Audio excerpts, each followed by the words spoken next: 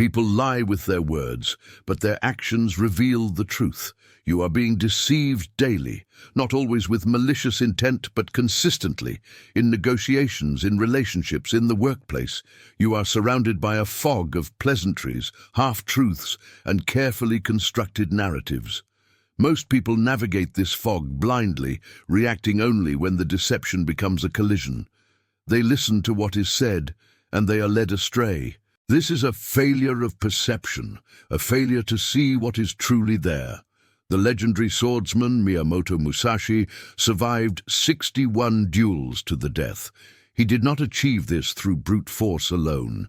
He achieved it by perceiving his opponent's true intention before they ever committed to a strike. He called this ability kan no mi, the eye of intuition. It is the practice of perceiving what cannot be seen with the physical eye. This is not a mystical power. It is a discipline. It is the result of training your mind to look past the surface, the feints, the loud threats, the false smiles, and see the underlying reality. In a world of digital masks and corporate politics, this skill is not merely an advantage. It is a requirement for anyone who refuses to be a pawn. Today, we will forge this weapon. We will learn to see through the fog. Musashi distinguished between two forms of seeing: the observing eye, which he called Quan, and the perceiving eye, which he called Ken. The observing eye sees the superficial, the smile, the handshake, the words of praise. It is weak and easily fooled. The perceiving eye, Ken, sees the spirit, the intention, the subtle currents of energy and commitment beneath the surface. It sees the whole, not just the parts. To see with Ken is to understand your opponent's strategy before they do. This is the state we must cultivate. It begins with shifting our focus away from the noise and onto the signals. We will now examine 3 techniques to develop your Ken, your perceiving eye. Our first technique addresses a common scenario. You are on a date or in a meeting. The words being spoken are agreeable, positive, engaged. I'm having a great time. This is a fantastic proposal. But you feel a sense of disconnect. Their distracted energy and subtle actions tell a different story. Your intuition flags a contradiction, but you cannot pinpoint it. The problem is you are watching the wrong channel. You are focused on the face, the source of the most practiced lies. The principle to apply here is observe the feet, not the eyes. Musashi knew that a swordsman's eyes and the tip of his blade could lie. An opponent could feint high, drawing your gaze and your guard upwards, while his true intent was a low attack. But to launch that attack, his entire body, his center of gravity, had to commit. This commitment was revealed not in his eyes, but in the subtle shift of his feet and hips. The feet do not have the fine motor control for deceit that the face does. They point toward true intention. Here is your takeaway.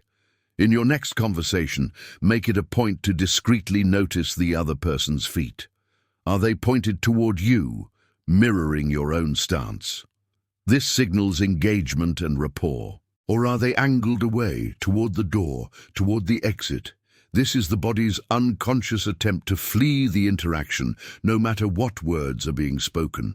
Their body is already leaving the conversation.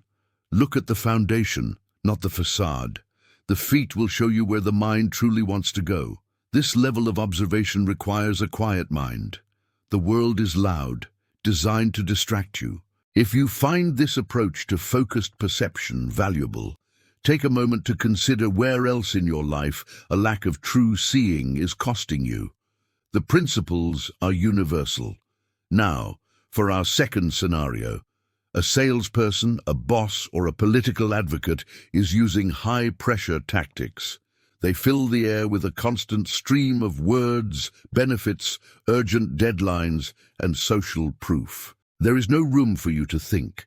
You feel a sense of being overwhelmed, and while you can't identify a specific lie, the entire situation feels off. The pressure itself is a tactic to obscure the truth. The principle here is the void in conversation. In his Book of Five Rings, Musashi wrote of the void. It is not an empty nothingness. It is a state of potential where things are not yet manifest. In a duel, victory can be found in the space between your opponent's thoughts and actions. In a conversation, deception is often revealed by the voids a person refuses to enter. A liar builds a fortress of words, but they carefully avoid certain topics. The truth is the territory they will not step on.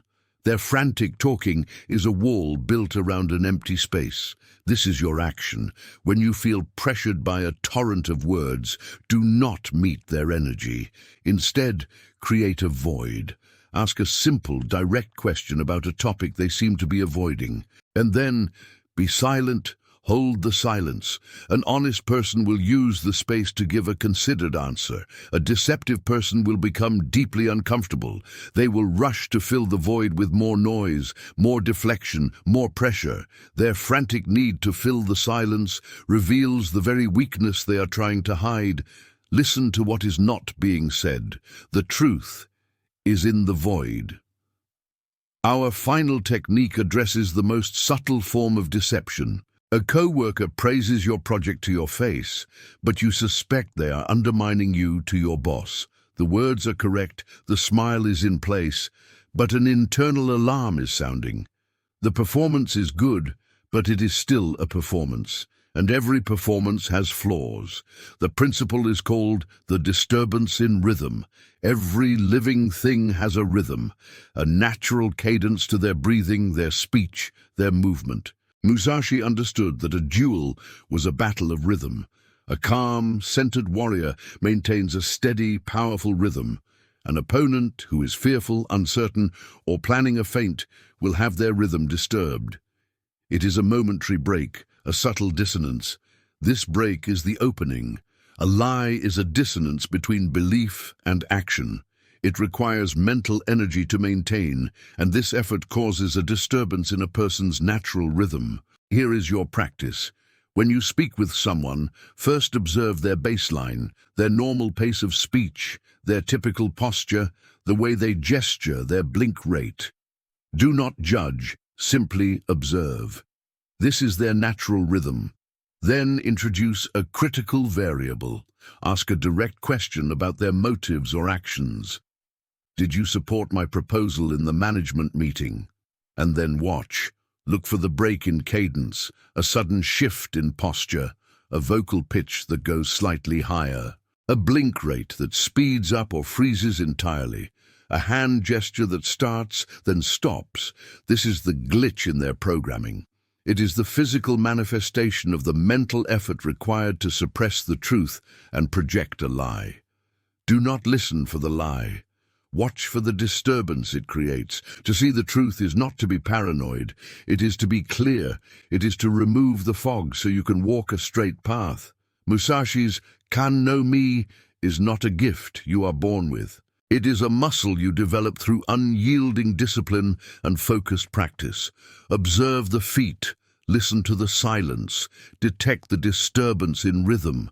Stop letting the world's noise dictate your reality. Begin to perceive what is truly there. What is the most subtle sign of deception you've ever noticed? Comment below. If you are committed to the path of discipline and perception, subscribe and join us.